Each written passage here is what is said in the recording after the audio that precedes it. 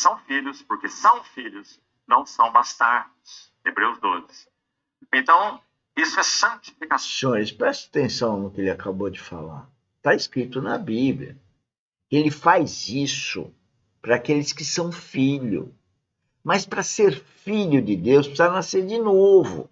Então, quando você estiver aí com o seu filhinho, ainda no bercinho, ou até antes da maternidade, ou quando você for ver que bonitinho que ela é, aquela nenezinha, aquele nenezinho, sabe, antes de ficar com essas coisas do mundo, que bonitinho, que bacaninha, que ele é uma belezinha, todo rosinha, todo azulzinho, todas essas coisas do mundo, senhor, joga tudo isso no lixo, pelo amor de Deus, literalmente, pelo amor de Deus, e vejam a questão espiritual.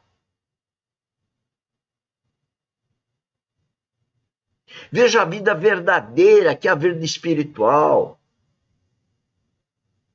Cristo é o caminho, Cristo é a verdade, a verdadeira vida é Cristo.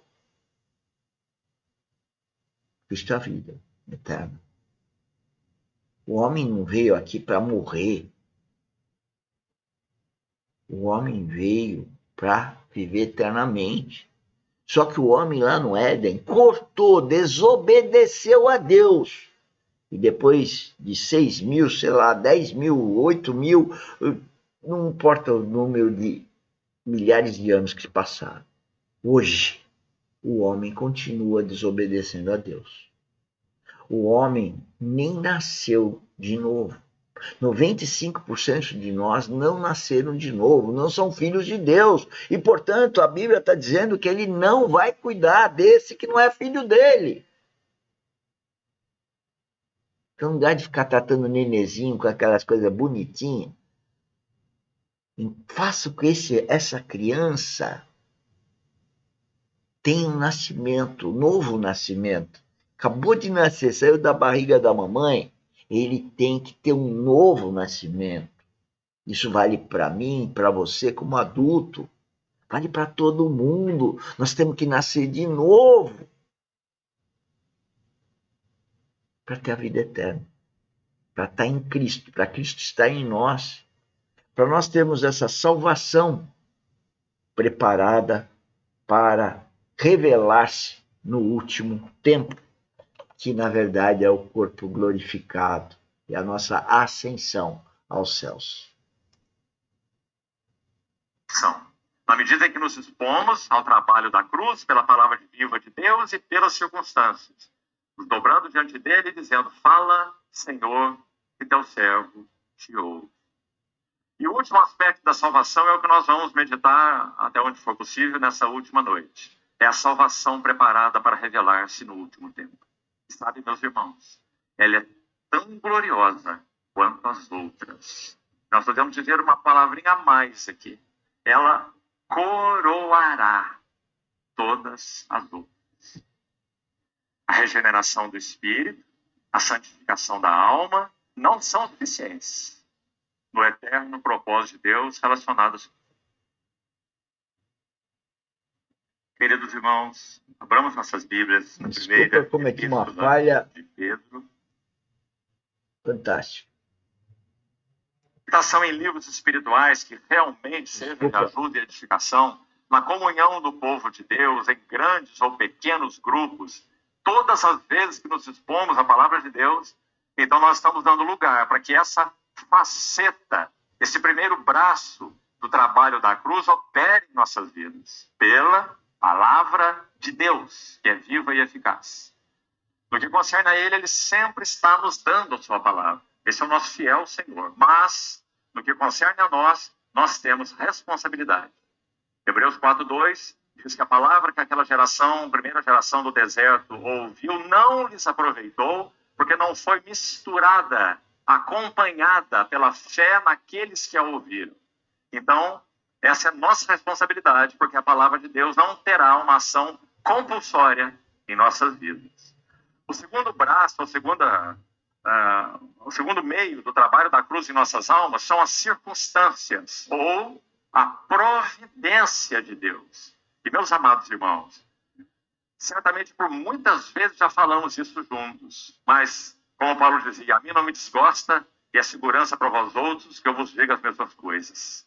Porque que coisa importante, meus irmãos, é compreendermos que a soberania de Deus atua arranjando circunstâncias. Não há acaso para o povo do Senhor. Não há sorte, assim como não há azar. Há providência de Deus. Até mesmo em caminhos que tantas vezes parecem difíceis. Então, quando o livro de Hebreus está falando sobre as glórias do nosso Senhor, para citar um exemplo, ele diz que ele é o herdeiro de todas as coisas, pelo qual Deus fez o universo, ele é o resplendor da glória, a expressão exata do seu ser, sustentando todas as coisas pela palavra do seu poder. Aquele termo sustentando todas as coisas é muito específico. E significa o governo providencial de Deus em todas as circunstâncias. É diferente de Colossenses 1,17, quando é dito que no Senhor tudo subsiste. A palavra subsiste lá não é igual a sustentando em Hebreus. Subsiste em Colossenses significa se mantém coeso nele. Mas em Hebreus o sentido é diferente. A providência, o arranjo providencial de Deus sobre a vida dos santos, ele é soberano. Ele nos cuida como debaixo dos seus olhos, 100% do tempo, até em nossos descaminhos. Ele nunca será responsável por eles, porque Deus é luz no qual não há treva nenhuma. Ele é o Pai das luzes, em quem não há variação e nem sombra de mudança. Mas até mesmo nos descaminhos daqueles que pertencem a Ele, Ele continua com o mesmo desejo, usando circunstâncias para nos levar de volta, para nos levar à convicção, para de alguma maneira, mesmo que em meio a dores provocadas por nós mesmos e nossas escolhas, nós possamos ver algo de quem Ele é e retornarmos a Ele. Esse é o cuidado que o Senhor tem com seus filhos. E é um cuidado simplesmente maravilhoso. Hebreus 12 vai falar sobre essa disciplina. E vai dizer que Ele não faz isso com aqueles que não são filhos. Ele faz isso com os que são filhos, porque são filhos, não são bastardos. Hebreus 12. Então, isso é santificação. Na medida em que nos expomos ao trabalho da cruz, pela palavra viva de Deus e pelas circunstâncias, nos dobrando diante dele e dizendo, fala, Senhor, que teu servo te ouve. E o último aspecto da salvação é o que nós vamos meditar, até onde for possível, nessa última noite. É a salvação preparada para revelar-se no último tempo. E sabe, meus irmãos, ela é tão gloriosa quanto as outras. Nós podemos dizer uma palavrinha a mais aqui. Ela coroará todas as outras. A regeneração do espírito, a santificação da alma, não são suficientes no eterno propósito de Deus relacionado à sua igreja. O adorno dos nossos corpos com um corpo glorioso é coroa e clímax da nossa grande e bendita salvação. Então essa é a salvação preparada para revelar-se apenas no último tempo. Eu gostaria de ler um pequeno texto para os irmãos, porque na verdade... Então eu diria que nós temos 3 fases na salvação. Tem uma primeira que é o novo nascimento, que é a graça. Depois tem carregar da cruz, o efeito da cruz, as circunstâncias de vida, o processo de metanoia, metamorfose, de purificação, de desenvolvimento espiritual, de amadurecimento espiritual. E por fim, eu entendo que na hora da vinda de Cristo para encontrar com a igreja ou com a noiva, é o corpo glorificado. E aí sim nós estamos aptos à vida nos céus, eternamente, com Jesus Cristo, com o Espírito Santo e com Deus. Sendo a família de Deus. Senhores, quem consegue sentir isso no coração, acabou. Não tem nada no mundo. É lógico que a gente vai viver no mundo, casando, tendo filhos,